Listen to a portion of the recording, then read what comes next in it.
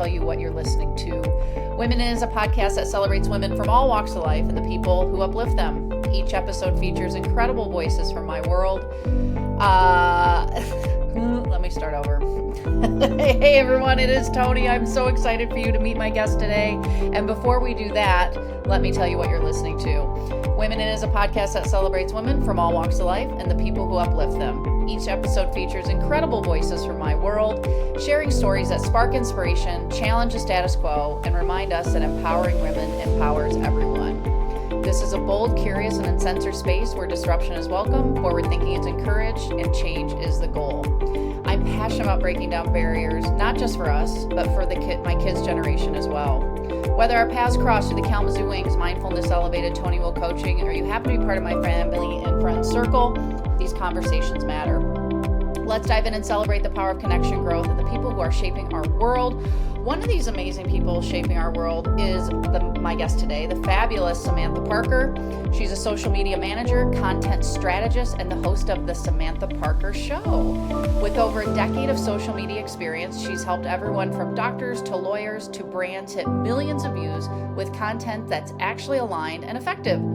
She's also 1 year sober and brings a bold, no-fluff energy to everything she does, whether she's building content strategies or sharing her personal journey.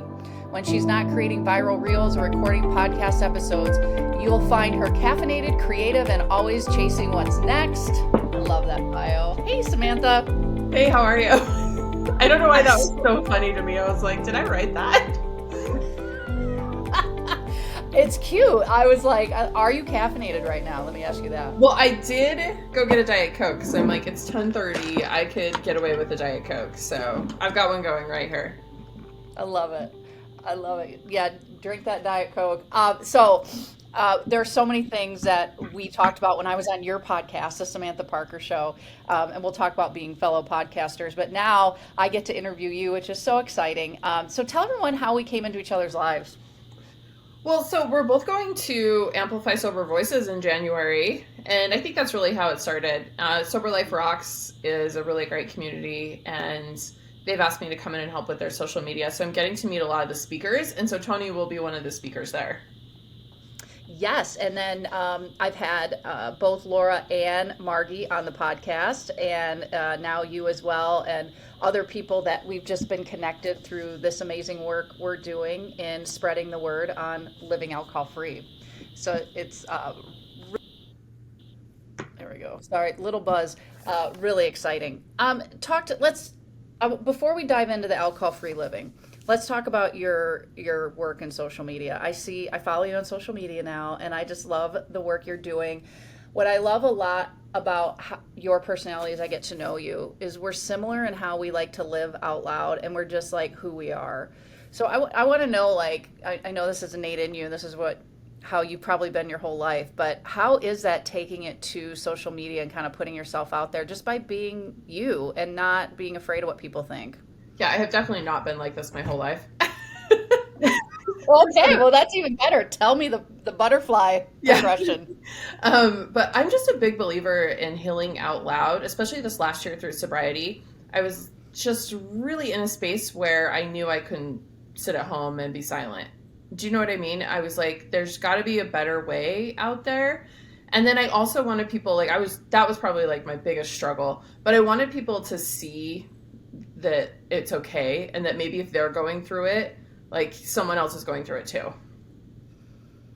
So where did that start when you, because you documented your first year of living alcohol free, like you spoke, or being sober, you spoke out about it. And when you made that decision, was that on purpose to be like, I'm just going to talk about this to reduce the shame or help you stay accountable, or what was that like? So I just think it's really hard to show up on social media if you're showing up as like a different version of you. And I did spend like 8 weeks, like very quiet. I went on a few trips I didn't post about, which I know that's not a big deal. Like you can do whatever you want, but I was doing a lot of things, and people were even like asking my mom, they're like, is Sam okay? Like I haven't seen her at all. My mom's like, she's just working through some things, I think. But I got really quiet. And then I realized, like, why am I being so quiet about this? But it was good for me. You know, I really needed to go inward and be like, what is sobriety. Those first like 8 weeks were really, really rough. I don't know if you experienced that, Tony, but they're rough. Yeah. Yeah. But then I realized I'm like, this is literally what I do for a living. Am I just gonna not like show up anymore? So I had to just like show up full force. And I recorded this podcast episode. It's called Hungover. It's my most downloaded podcast episode ever. And I was like, hey, I am 8 weeks sober. And I just blasted it out there. And then I really haven't like looked back ever since. So walk us back to the Sam that was not was alcohol fueled. What was that like? And I've listened to some of your podcasts, so I know the answer, but I'd love to hear it. I'm sure in your that downloaded episode Hungover you talk about that. But if you were to give us the Cliff Notes version, what was that lifestyle for you like before you decided to stop? Yeah, for a lot of people, it'll be like, oh, I got like all these DUIs or I was running from the law. And I don't have that story. I feel like I have a lot of karma catching up to me for how many times I drink and don't drink and drive, kids. Yes, Same. I know. I'm like, same, all the way around. But what it really was I consider myself a high functioning alcoholic. So every day I would wake up and my thoughts would be consumed with it. I had a conversation actually with my husband on Monday night, and this is a really great point. So he just said, I don't understand why you call yourself an alcoholic. And I was like, okay, like tell me more about that before I like want to punch you in the face. I was very triggered. And he said, well, I just don't understand it. He goes, why would you think about alcohol that much? Like, why were you wanting to drink that much? Like, why was everything like entangled in alcohol? He's like, I just don't get it. And that to me was like, well, that's exactly what makes me an alcoholic. It was every single morning when I woke up, I was like, when are we going to drink? Where are we going to drink? Who can I drink with? Even if I was doing it on a subconscious level, everything was revolving around alcohol. And I'm not one of those people that can like just have a few drinks. I wanted a couple bottles. And for me to have like a couple drinks, I remember I would go to dinner. I'd be like, okay, it's Thursday night, so I'm only going to have these 2 drinks. And I would sit there and I would be like, 1 drink, 1 drink, 1 drink. And then I would go 2 drinks, 2 drinks, 2 drinks. Well, of course, then at that point, my frontal cortex has been affected. So I'm like, okay, 3 drinks, 3 drinks, 3 drinks, right? And then after 3 drinks, I was like, it'd be so fun if we had lemon drop shots. And the rest of my night was just fucked. Oh, 100%. Oh my God, that was me in a nutshell. So you decided to go to AA, Mm-hmm. and I spent time in AA as well.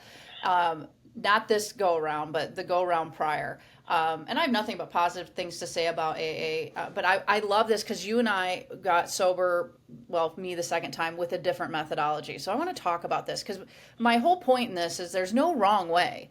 Like if getting sober, alcohol free, whatever, alcoholic, not out, what alcohol use disorder, whatever works for you. But talk about what it was like walking into that first meeting and being courageous enough to do that. It was embarrassing. I felt so freaking stupid. And it's so funny to me because now I walk into AA and I'm like proud that I sit in those rooms and I kind of look at everyone on the outside as like they're missing out on something, And it's not like AA is not glamorous. Like here it's at this really ratty building called the Al-Anon Club, and it has a dirt parking lot, and everything smells like cigarettes and old coffee, It's not a glamorous room to sit in. But walking in there and sitting down was one of the most humbling experiences of my life because I was looking around and I was like, I just need help. And my favorite thing about that first day walking in is there was a girl sitting like across from me, well, a lady. And I'm like, oh my God, that's Emily. I've had her on my podcast, so I don't mind talking about this. But Emily and I had gotten into like a drunk fight, like a physical altercation, and she like smashed my face into a cake. And it was one of my worst drunk memories. Never had talked to her again. And there she is sitting in AA, and she's a couple like years ahead of me. And it was so humbling, but I didn't talk to her for like 6 months. I listened to that podcast episode and I thought it was great. And when you ladies talked about that and just when you described like the shame the next morning and just all, I was like, yeah, I get it. I was her. And I immediately, having not even met you at that point, because I was listening to episodes to get to know you before you interviewed me. And I'm like, we could be talking for 2 minutes and I immediately understand her because I was her on some level and I know I like her already. And that's like the power of sitting around those tables and the willingness to walk in the room and be vulnerable. And I made some really good friends, and to this day we still keep in touch, Mm-hmm. even though I don't go to meetings anymore. Yeah, and I did AA kind of my own way, and that's actually what I really love about it is they have the steps on the wall, but when you really get into the heart of it, you get to do it however you want to do it. And there will be those diehard people that are like, you gotta do that, and then you do that, and then you do that. And I realized like the first day walking in, it was a Monday night, I wasn't gonna be at a Tuesday meeting because they were like, do 30 meetings in 30 days. And I'm like, you guys, I have a full schedule on Tuesday. This literally will break me down because I'm at such like a point where I'm feeling so overwhelmed. So if I have to go to a meeting every day, like I'm not going to make it through that. So that was one thing I did right off the bat was I did it my way. But if you do need to go to a meeting every day, it's available for you. Yeah, I did. So this was back in 2016. I did 90 meetings in 90 days. I did the whole thing, got a sponsor, started working the steps and all this stuff. And, you know, it, I, it was such a hard time. I just remember it was just such a hard time. Like you said, the first 8 weeks were tough. The second time around, it was COVID. I didn't want to go to meetings. I mean, they didn't even have any in person at that point. So it was like, okay, what else can I do? And I stumbled upon this Naked Mind. So I want to ask you about that. What do you think about the different methodologies, whether people like me who use a different methodology and you're in AA? What are your thoughts on that? Honestly, I just don't think it matters. Like, it doesn't matter at all. Like, there's no right way, there's no handbook for it. I like to give as many tips and as much value as I can by just sharing my story and the things that have worked for me. And maybe it'll work for you, but there's literally no playbook to it. And I think that applies to so many things. Like, even where, I do social media for a living and I work for all these brands and businesses. And I can't go in and be like, here, we're going to replicate this model. That's why I tell people not to buy social media courses too. Because it's some girl's like viral model, but they haven't applied that to like the pizza place down the street. You know what I'm saying? So you are like your own little pizza place basically, and you don't have to apply everyone else's models to yours. Just like find something that works. Find something that flipping works. The one thing I would say though for sure is like don't go at it alone. Like you don't have to be like a loner on Lonely Island. Like I would say that should just be rule number one, and it should be the only rule. I totally agree. I totally agree. So, what advice do you have if someone's like questioning their relationship with alcohol? What would you say to them? Where do they start? Yeah, so that's a big thing. I did try to get sober in 2020, and I told everyone I was reevaluating my relationship with alcohol, which is hilarious. I'm like, you're so funny, Sam. But if you're questioning it, you already know that like there's some issues going on, and you just have to like face the facts. I'm not super nice about this whole sober curious movement. Someone else might be, but that's just my own opinion. I'm like, if you're sober curious, I'm like, just ditch it. Alcohol is so bad for us. Alcohol ruins people's lives. They're like 1 or 2 drinks at dinner. I'm like, that's fine. You do you. But I'm telling you, I think it needs to go, especially if Oh, you're using it. I 100% agree. The longer I am sober, the longer I just become more and more. I try not to be an evangelist, but I'm just like, this Yes. shit is terrible for you. It is so bad for you. I just and this I'm not even this is on a scientific level. And people are always talking about, oh, my liver needs a break. My liver needs a break. Yeah, your fucking liver needs a break, but so does your brain. Hmm. Your brain. And I just see I'm getting fired up because it should not be legal. So I know I spent the whole first year of sobriety just trying to make sure I could still hang, I still fit in, I wasn't bothering anyone, I wasn't bothering my friends and family, and something is like flipped in me where I just like I don't even want to be around it. And I know I'll come back and find a happy middle. That's just where I'm at right now. I'm like, this whole thing is stupid. I'm like, you're stupid. well, and I set boundaries like, and I won't buy alcohol. Like, and my Oh, husband never. drinks. Yeah, never. No, nope, I just won't. And I'm not trying to be an asshole, but I don't want to spend my hard-earned dollars giving back to big alcohol. Nope, boundary. Yeah, and I've never asked any, or excuse me, I've never seen anyone ask me to. Like even when we went on girls trip, like a lot of times we'll just spend on one card and then we just divvy it up. And they like pulled me out of it. Like I didn't even ask. So basically like I didn't pay for anything, but I was like, hey, thanks guys, because they were, buying alcohol and drinks and stuff. And so So I'm lucky that way. No one's ever asked me to do that. that's awesome. You're surrounded by great people. So what's been the most challenging part about being sober this first year plus? It's because it's been about 15 months now, right?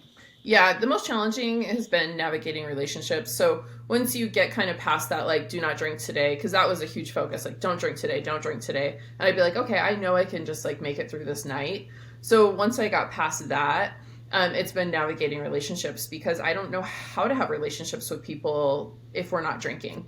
Even the other day, I was talking to some of my AA friends, and this girl was expressing how she finally invited people over for the first time in like 2 years. And I got thinking, I'm like, I don't invite anyone over. I don't really want people in my house. So that's one thing I'm navigating is like how to you have to reevaluate every relationship you have because alcohol has been so intertwined in it, especially in my marriage. That's been super, super interesting to navigate. But you guys, I know it sounds like Debbie Downer. Everything comes out so well on the other side. You'll either like lose. I lost my two best friends early on in sobriety. You'll either like lose the people you need to lose, but you'll really keep the people that are there for you. Okay, two great topics, and I want to hit on them a little bit more. So, because I was going to ask you, have you lost any friendships? So the answer is yes. You lost your two best friends. So, was that your choice? Was it a collective choice? And was that relationship built on alcohol? What 100% was, and that was her choice, and it was a flaming hot Cheeto like on fire, man. It was so bad. I was like, what is happening right now? The other one, it was my choice, and I wouldn't say our relationship was based on alcohol, but we would like have a couple drinks together here and there. But I realized how toxic that relationship was. So when you like remove the alcohol, like all that haze kind of goes away. And my favorite game to play with alcohol was the shame and guilt one, where I would drink and then I would feel guilty. So I always took everything on. I was like, oh, that's my fault. Let me fix it. Oh, that's my fault. I did this, I did that. And so that other relationship I realized was super toxic and I had a big part in it. And so I just was like, I'm sorry, I have to end this friendship. Is there grief involved with these two friendships ending at all? Those ones, yes. And even recently, I just wrote well, it wasn't huge, but I wrote an article on my Substack about grieving alcohol. And that's what I've really been grieving is like a lot of friendships. Because even the people that are still close to me, I'm realizing like, what is this? It's like a giant mirror gets put up and you have to look at your own behaviors, but then you're also looking at their behaviors and you're like, what have I been doing? What have I been doing my entire adult life? It's like the ultimate midlife crisis. Oh, 100%. 100%. I think you get to a certain stage and you've been like to your point earlier, if you're questioning this, you've been thinking about it for a long time and research shows on average it's 7 years from when you start thinking about any big change, alcohol, to like doing something about it. And so I find that I don't know. It's really telling how long we just stew on this stuff and ruminate. Mm-hmm. And by the time those 7 years are up, we're middle aged. Mm-hmm. So okay. So speaking of middle age, and you've been married for how many years? 15. Yeah, that's so awesome. I'm in awe of that because if you add up all my marriages, I'm getting there. But okay, talk to me about, because you mentioned, it's interesting navigating living a sober life with your marriage and how that's kind of shifting and changing. Talk about that. Can you expand on that more and what's working, what's not working maybe? Yeah, we've had to have a lot of really hard conversations and without alcohol, so I've had to have a lot of them where I'm like, what am I okay with? What am I not okay with? But part of it is also discovering what I'm not okay with because I didn't realize I wasn't okay with it. So there's been a lot of me like kind of spiraling off the deep end, and if in the beginning I could have said like, hey, X, Y, and Z is not going to be okay. Can we put that boundary up? I know it would have worked a lot better, but I didn't know. Like I didn't know what I didn't know. So I think if your relationship is healthy enough where you can be like, I'm having a hard time with this, like, I do not like that behavior, like, what's going to work for both of us? I do think, however, though, if you're in a relationship or you're married to someone who's a pusher, and I know if the roles were reversed, my husband and I talked about this so much, the roles were reversed, I would be so mad at him. If he was like, I'm going sober, I'm not drinking alcohol, I would have pushed that so hard and I would have been pissed. Like, I already know this. About myself. So I'm kind of lucky that it's opposite. But really it's having hard conversations. And then, I would imply that some things were bothering me, but I never said like, let's not do that. So now we've kind of put things in like black and white, but it's taken us, 15 months to get here where I'm like, that's not okay. That's an absolute no for me, and just kind of like navigating it. It's been hard, but anytime, something is hard, I realize that like time and grace, and I always believe really heavily in God's timing, but like even if you can just give yourself a little bit of time to go through it, all of a sudden it's like not so hard, and you look back and you're like, that was really cool. You know, that was really cool that I did that and I could get to this place. Yeah, I mean, it's cliche, but growing pains is called growing. It's painful because Mhm. for a reason they don't call it growing comfortable when we're changing our something about ourselves. So I love that you guys are having these conversations, and it may seem like, well, no shit, Tony, we're talking, but a lot of people don't. I coach hundreds of clients, and it's like, have you talked to your significant other about this? Yeah. And they haven't. Well, So it's just fascinating I guess I don't want to overlook that you're courageous enough to like say, okay, let's talk about this stuff. yes. And I was in the Dominican Republic, and my husband had gotten like blackout drunk at a wedding. And it was a horrible experience for me. Like the things he said to me, I'm like crying in front of everyone, you know? And I remember I called my sponsor the next day and I'm like, I'm trying to just get a flight. I'm leaving. I'm done. We're done. And she said something really like bold to me. And she goes, well, you always have choices to make. So every time you stay, you're choosing to stay. And every time, you know, you choose to just have a conversation, you're choosing a different way. And it really, really hit me. So it's like every time I look at things now, I'm like, well, I have a choice. But it's like you have to communicate that choice. So if I'm not telling him like this is how I'm feeling, like if you do this, I can't stay, you know, then if you just have these feelings and all this animosity, it doesn't really work out. And I'm really grateful that I couldn't get a flight out of the Dominican because I couldn't get it moved because I had to stay and have those conversations. Yeah. Well, God's way, right? Like what you said, like God's timing. That's what you said. How does your husband feel about you talking about your relationship publicly on your podcast, on mine, on any others? How does he feel about that?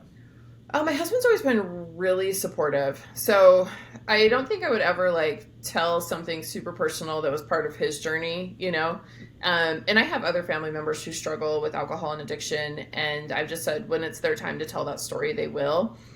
How does he feel? I honestly think he's just like always really happy and excited for me. He's not one of those people that gets his feelings hurt. You know, my friends, well, it was my nail girl the other day, we were chatting and she goes, my husband would kill me if I like posted, it was like just a photo in a swimsuit. And she wasn't even talking about me. And I was like, my husband actually, I don't think he would care. He wouldn't care at all. So that's just his personality. Yeah, he sounds a lot like my husband. His feelings don't get hurt, very rarely. And yeah, I talk publicly about pretty much everything. And I just think for not just in these conversations, but with him too. Like, I feel like if I'm going to have this conversation with him, I'm talking about it here, like that's healthy. I mean, I don't put certain things on blast, but you know, we all have struggles in our relationships or just, you know, dealing with life, midlife shit. It's not easy. We're raising families and we have differing opinions. It's okay. I know, it's that healing out loud. I'm just not able to not say anything.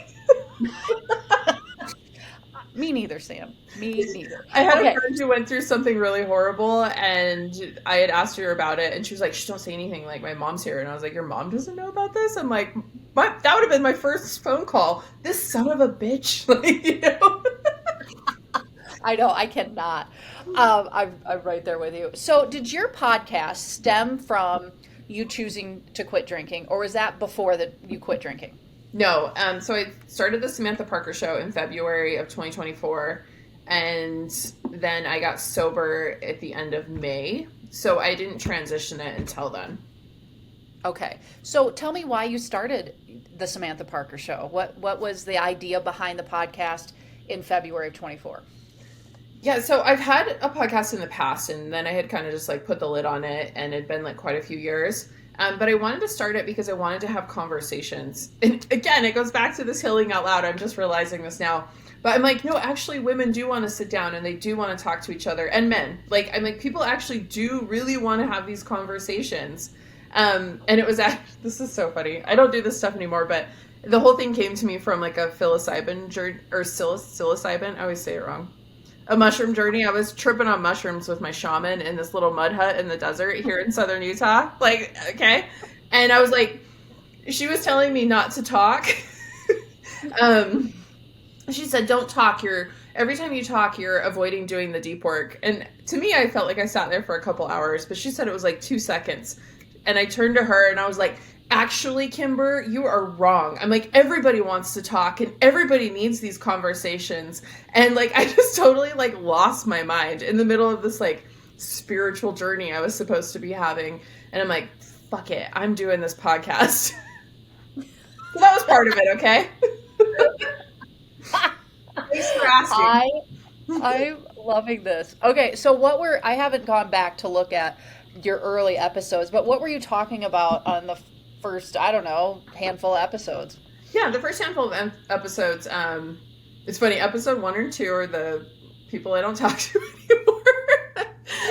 But I think relationships evolve, and I still, I see them around town, and I see them pop up, and I have nothing but love for people because I had so much. When you're drinking, you are like so much of the problem, and you have to take that accountability. But the first episode, we were like talking about like smut books and just kind of like shooting the shit, really. The second one, I know we were talking about like local food places, and the third one is my friend Kermi, and she actually her podcast.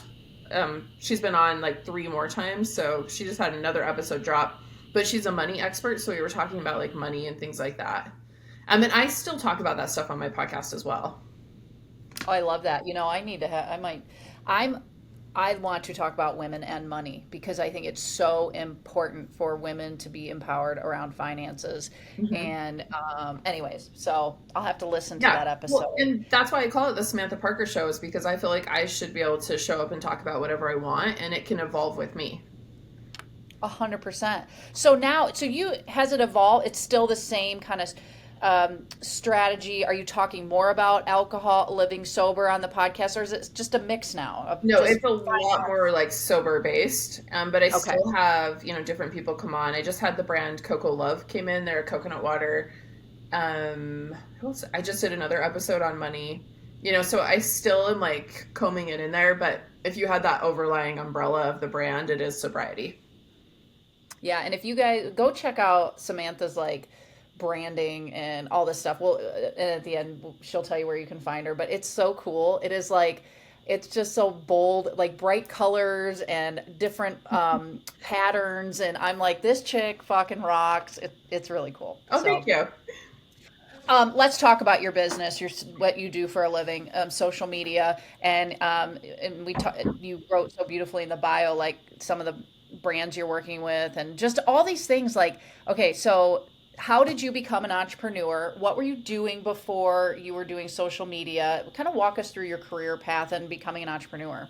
Yeah, well, I worked in healthcare from like 19 to 29, and then we moved from Salt Lake City down to southern Utah, so St. George, Utah. And when I moved down here, I just needed a job, so I got a job like at a floral shop. But at the time, I was just turning 30. I had 2 kids, and I was finishing my bachelor's degree, which I'm really proud of that.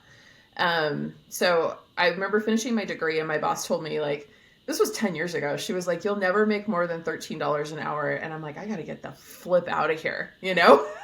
I'm like, what? She's like, why are you going to school? That's all, like, you'll never make more than this. It was wild. I'm like, what a weird thing to say to someone. So I just ended up quitting, which isn't like recommended for a lot of people, but I did. I just quit. And then I had a friend was like, why don't you do my social media? And my degree is in technology communications, and the way it's a communications degree, but at the time it was an emphasis on how we communicate online. So she was like, you should do my social media.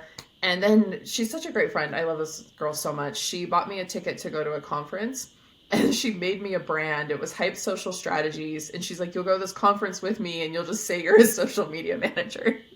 So that's how I got started. But I've had to learn so much along the way. It's been so fun. But I've been doing social media now for a decade. That's awesome. So what is it when you started to work for yourself? Was it scary, or did it just feel like, yeah, this is what I'm supposed to do? Oh no, it was such a hot mess. I had no like money mindset. I had never done any like self-development, like total hot mess.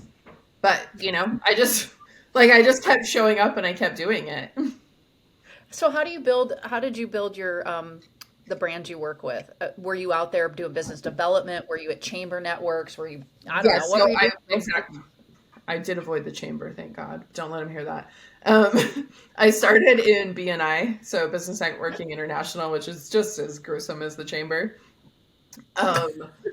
Yeah. I'm just Come on. laughing because I have my staff do all this stuff, but I If get it. Yep, yeah. And if you're in BNI now, like I still know some amazing people, but it's a little like painful. it But is. still to this day, like I go to as many things as I can. I show up locally as much as I can, even if it's just supporting, a girl's coffee truck. I just try and put myself out there as much as I possibly can. And then I show up and I do a good job. I have a great team that works behind me, and I just show up and I do a really good job. So the more that like I can get my name out there and just establish who I am, the more I can do. And then obviously, I've built a pretty solid stronghold on social media. Yeah, and how do you okay, I have 3 social media accounts and Oh dear. Immediately no. wait, how many should I have? Well, I don't know. Is it like three on one platform or like No, I've LinkedIn, Facebook, and oh, Instagram. you're killing it. You're killing it. Yeah. Okay, so just yeah, I have those 3, but I post all my own stuff. But I find that like, and I'm okay. I'm not that great. Anyways, I'm middle aged and I've been limping along. But my point is, it's hard enough keeping me straight, let alone all these brands. How do you keep all this shit straight that you're doing for your clients and continue to kill it? We're just organized. And it's not that hard. So but it's taken 10 years to be like, oh, I'm just really organized and this is how we do things. And the more rigid I would get and be like, I have to have these boundaries with my clients, like they can't text me, the harder business got is what I've noticed. So if I'm just a little more fluid and chill, it's my reaction is always like my own responsibility. I'm like, oh, sure, I can see that you think you have an emergency, but last night I was in the ER with my son. Like true Wow. story. But it's a lot of it is just my reaction. So my clients like are very awesome, very respectful. Occasionally you'll get that wild card where you're like, what the hell's happening? As you will in business. If anyone's even works in retail or like out in the public, like you know. Oh yeah. But for the most part, I just feel it's really easy. I have a team who works on content. We talk a lot, we communicate a lot, and then we lay everything out like on a Trello board. So all the content is there for the client to see before it actually gets posted. And then I have a girl, it's actually my sister, she's amazing, but she's in charge of just posting everyone's content every day. So it's like everyone kind of has their moving pieces, and for the most part, it's pretty smooth. Yeah. Well, and you're absolutely right. I'm thinking about, as you say, it's been 10 years. I mean, I think about my day job, and if someone said, how the heck do you run a professional hockey team? I'm like, oh, I've been doing it almost 11 years. I mean, I've got it down to a science, and Yeah. it's my team. And I do strategy and then, and create continuity and consistency through our meetings. But the rest of it is, I trust you, go and do. Yeah. And I've Uh, noticed the more that like I meddle, especially with one of my content creators, Jess, the more I meddle in her shit, the more stressed she gets. And she's like, I had this. So if I just like leave her to her own devices, she's really good. Yes, absolutely. Um, so you mentioned money mindset, how it was a shit show when you first started and you launched your business. Where are you at now, a decade in, around money and running your business?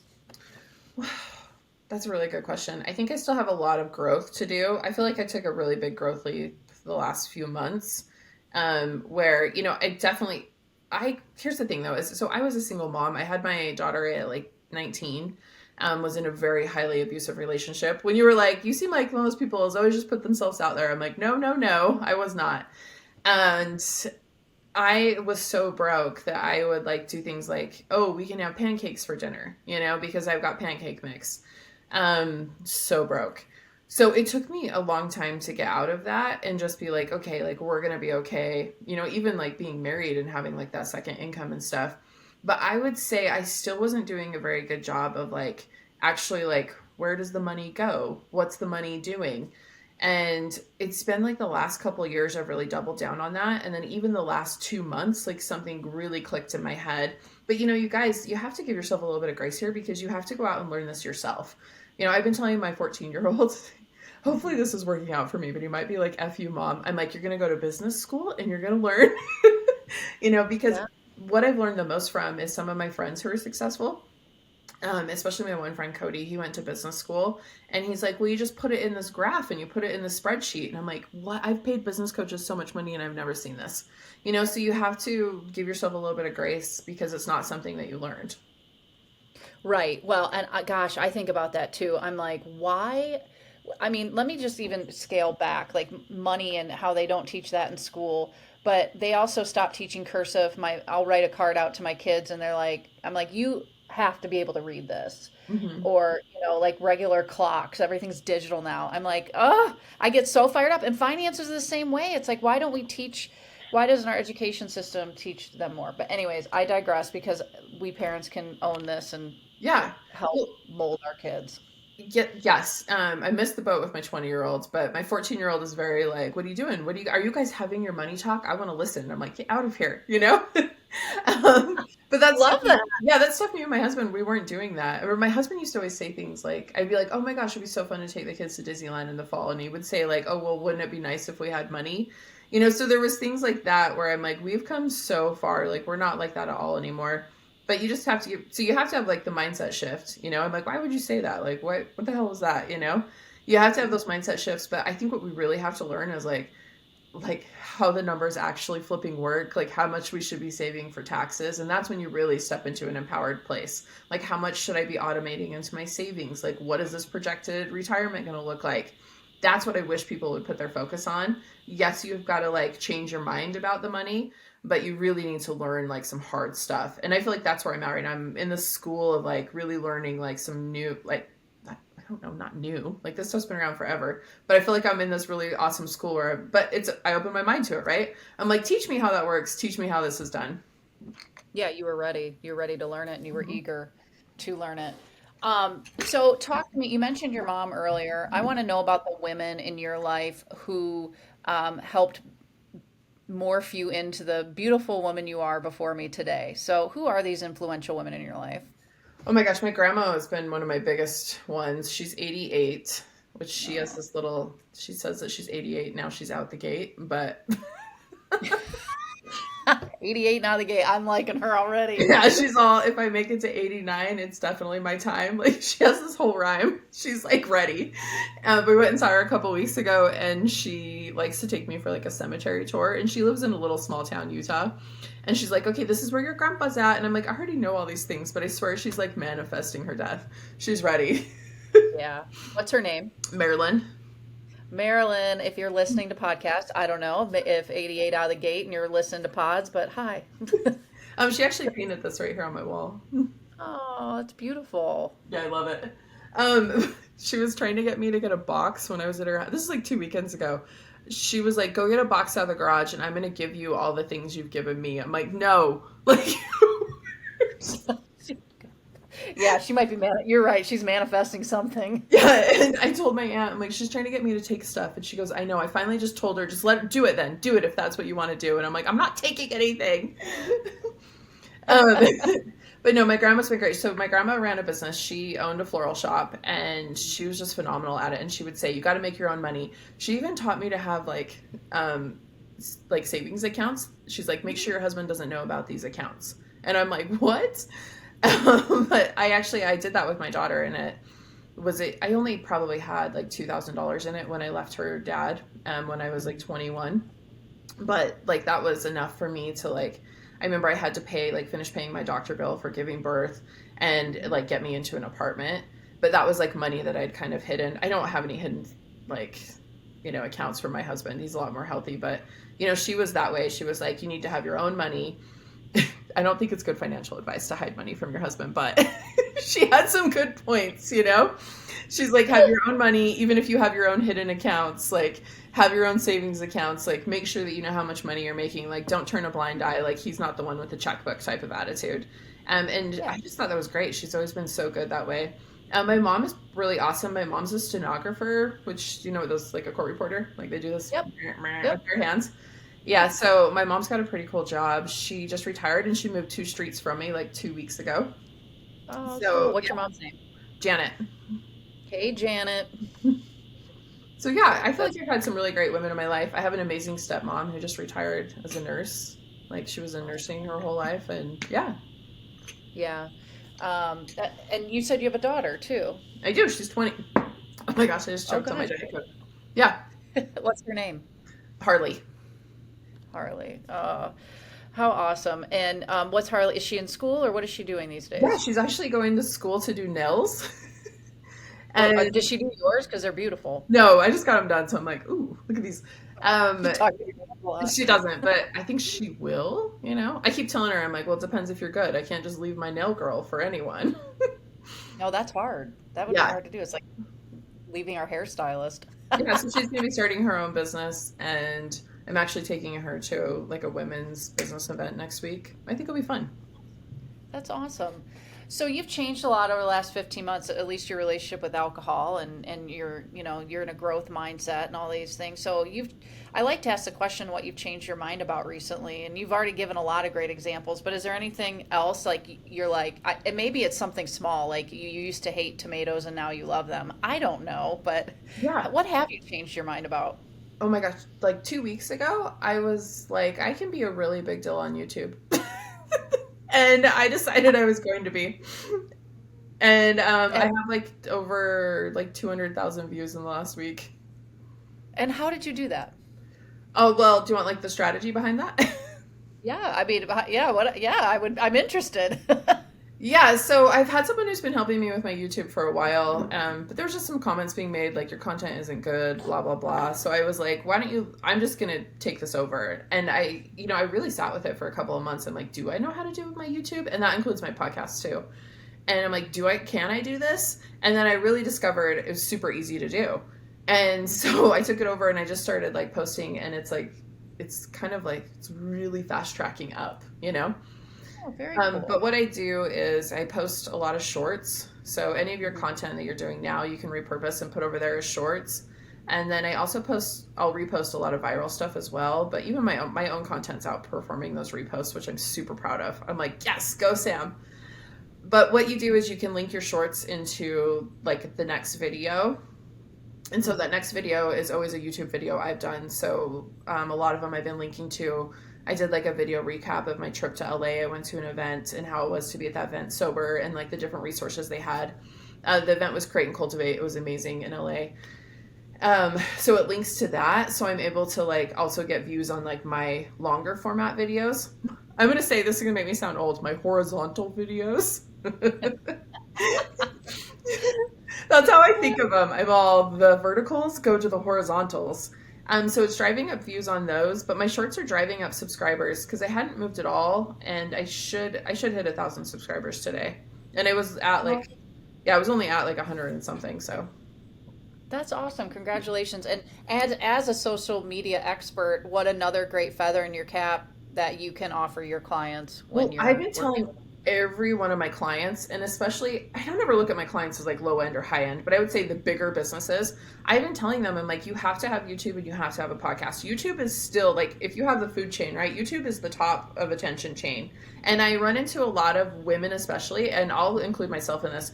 We're like clinging so hard to our Instagrams, but Instagram is like the Titanic, like it's going down, but like we're going to go down with the ship. I don't understand this. And I'm like, Instagram is still important, but if you just like would let go and get in the goddamn life raft, like there's so much over here. YouTube, TikTok, like there's so many other platforms with big views. Okay.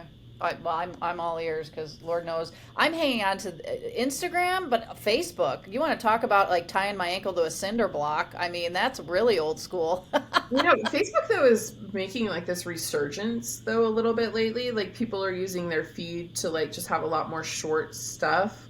I'm still like I haven't quite figured out why we would do that, but I do know that like some people are seeing success. And I never got into LinkedIn, and so you could be like, hello girl, like there's so much over there, but I still know there's a lot of success on LinkedIn.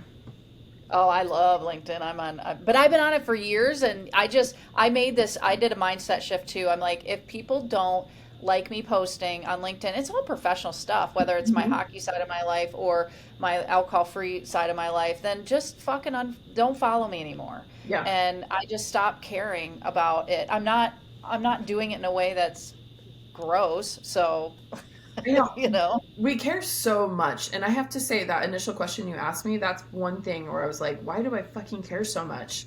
Like, I'm just going to post it, unfollow me. It was weird. I had this weird block going on in my head. And I think it's because I was still, even though everyone's like, you're so out there with the alcohol stuff. I'm like, no, I still was holding back so much.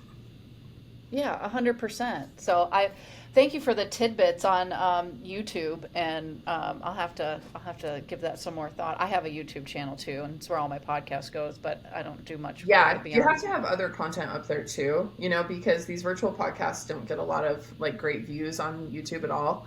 Yeah. So you've got to like mix in some other things, but like your shorts can really pull those channels. I think shorts was the best thing that ever happened to YouTube. What's the definition of a short in the sense of time? I'm all vertical. Horizontal. I think so you can have 3 minutes on YouTube. Okay, 3 minutes. Okay, good to know. See, I'm learning. You're teaching me things. I love it. What are you reading these days? Okay, so I go through like listening to a bunch of self help. I just was listening to 10x is the new 2x, but Mm. I will read a ton of just like pointless books. I love like space fantasies. I just reread The Martian, which I don't remember reading it. And my husband's like, you read it and you talked about it nonstop. And then we watched that movie with Matt Damon. And I go, no, they're coming out with a movie that has Matt Damon. And he's like, this is like 10 years ago. So I have no recollection of this. Did you actually, Tony, do you find yourself like a lot of your drinking day, like, and I'm not saying I was drunk all the time, but there's so much stuff where I realized like I don't really remember things. I don't know. It's so I quit drinking when Josh and I got married. So I had this like kind of line of demarcation from my old life to my new life. So I don't I don't know. I just kind of started over.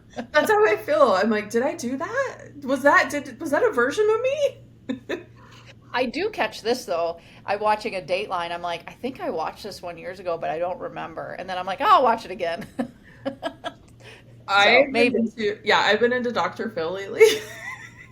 Is he still on air?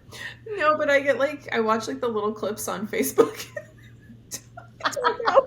That is, My husband's like my favorite person, but he'll come in and be like, "What the hell are you doing?" And I'm like, "I'm watching my shows." I know Keith Morrison. I just love him on Dateline. I have a Yes. shirt. I don't know. I got Yeah. issues.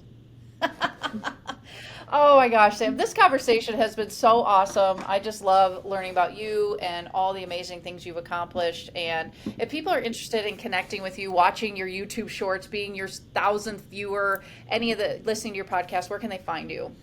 So YouTube is the Samantha Parker. You can really find me everywhere at the Samantha Parker. My TikTok handle though is Samantha Parker Show, but everything else is just the Samantha Parker. Okay. You go find her there. And if you need to find, or if you want to find me or need to, maybe you're coming to a hockey game, go to kwings.com, which we open in the fall. It's not that far away. And then, on the personal side of my life, everything now is at tonywill.com for coaching, podcast, TEDx talk, my book coming out in Q1. So all the things you can find there. And I am on social media. I mentioned that LinkedIn and Facebook at Tony Lentini Will, and Instagram at I'm Tony Will. Until next time. Thanks, Sam. Thank you.